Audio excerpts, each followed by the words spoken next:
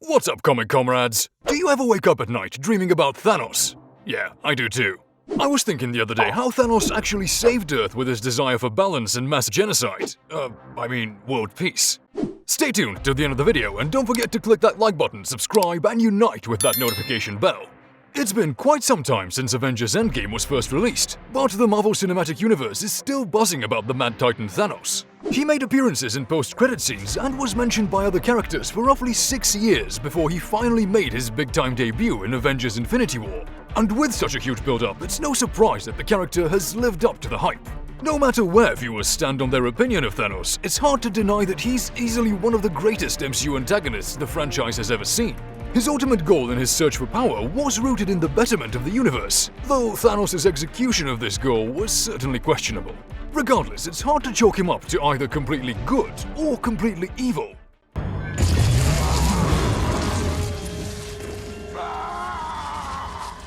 Thanks to the release of Eternals, the conversation about Thanos has started up again, with a vengeance. The movie delved deeper into the cosmic origins of the Marvel Cinematic Universe than any other property that had come before it, stretching back to the birth of the universe and explaining how the stars themselves came into existence. Though referenced in the Guardians of the Galaxy as an afterthought, the space gods known as the Celestials take on a much more prominent role as the creation engines of reality in Eternals. Though their vast powers may be used towards other purposes, the Celestials' primary function is to produce the stars that make life possible across billions of galaxies. The first 3 phases of the Marvel Cinematic Universe, collectively known as the Infinity Saga, had Thanos as the main antagonist and followed his quest to acquire the Infinity Stones and Infinity Gauntlet. Although Thanos got what he wanted, his catastrophic actions were undone in Avengers Endgame, and he and his armies were finally defeated, making way for the Marvel Cinematic Universe to explore new characters, events, and menaces in Phase 4.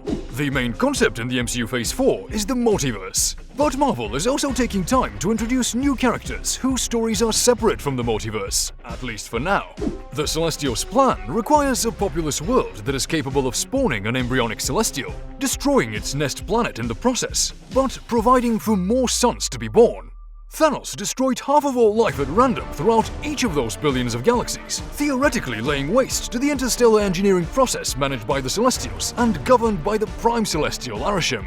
These two powerhouses are seemingly at odds, so it is therefore curious that the Lord of the Space Gods did not intervene. But there are reasons why it may have been beneath Arishem's notice in any significant way. Celestials themselves are seeded into planets capable of supporting the development of intelligent life before it actually takes hold, and nurtured by the collective mental energies generated by those host life forms, like a parasite. Once a global population reaches a certain threshold, the amassed energies are converted and the Celestial bursts from the planet's core, destroying it in the process. This process is called the emergence. It is presaged by planetary quakes, like contractions, and occurs every 1 billion years. Earth's embryonic Celestial is named Tiamat. At the time of Thanos' attainment of all 6 Infinity Stones, the emergence was only a few short years away, and his destruction of half the population stymied Tiamat's development. Herein lies the movie's connection to Avengers Endgame. Thanos' snap delayed the emergence because it erased much of the life energy Tiamat would have used. When Hulk brought the lost half of the population back, that energy returned, and the Celestial geared up for his emergence. It can be theorized that Thanos' plan to halve the universe's population might have aligned with the need to stop the Celestials. This could also have been hinted by the Mad Titan's quote to Tony Stark in Avengers Infinity War. Stark. You know me? I do. You're not the only one cursed with knowledge. You are not the only one cursed with this knowledge, which makes you wonder why the Celestials didn't order the Eternals to help in the battle against Thanos, since the villain's machinations interfered with their plans. There are 2 prominent theories that credibly remark as to why Arishem allowed this to happen, considering the time and energy devoted to Tiamat's gestation.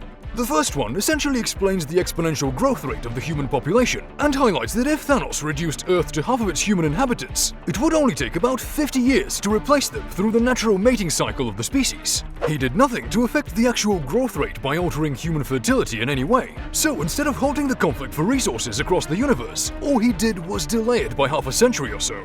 The second theory dovetails nicely with the first. Arishem has existed since before the beginning of creation, according to the opening crawl.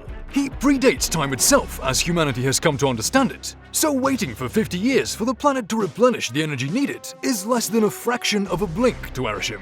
It would be analogous to someone arriving at an appointment 1 millisecond after they were supposed to, and in that instance it would require more effort to notice the tardiness than to remain oblivious. And given that the Avengers put things back on schedule in 5 short years, Arisham's internal clock may have truly chalked the entire incident up to a rounding error in the massive equations that likely drive its mandate. Thanos wielding the Infinity Gauntlet is also nothing to dismiss out of hand.